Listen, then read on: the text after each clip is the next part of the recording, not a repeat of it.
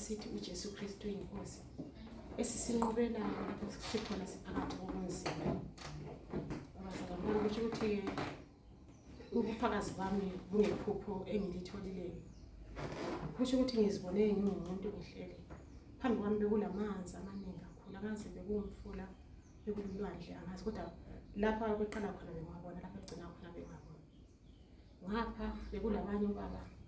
abantu abakhuleka emanzini bengama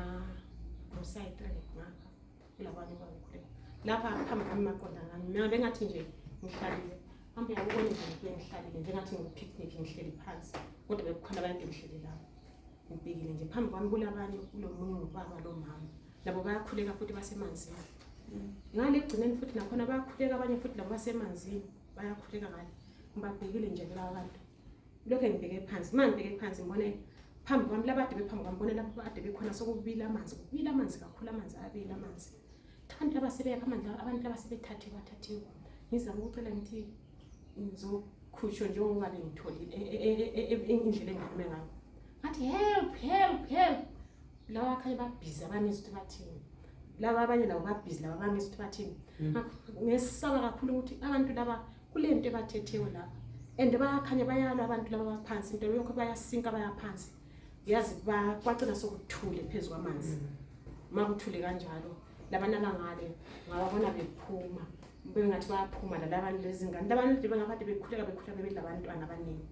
yasemangele lapho ngikhanya sisaba ukuthi abantu laba bayaphuma bazomathela sebedada phezulu kwamanzi and babedada phezulu kwamanzi ngicabanga nje ephutsheni ukuthi kambe imphefumulo yabo abantu laba iye akulamndini othatha imphefumulo yabo manje lokho ngicabanga kanje sembona lengane yami njalo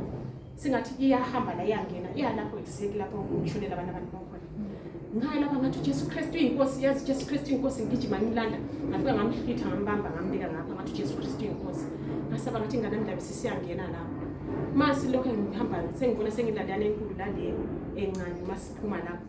so lo munye sesithi uJesu Kristu inkosi so lo munye umama la lapho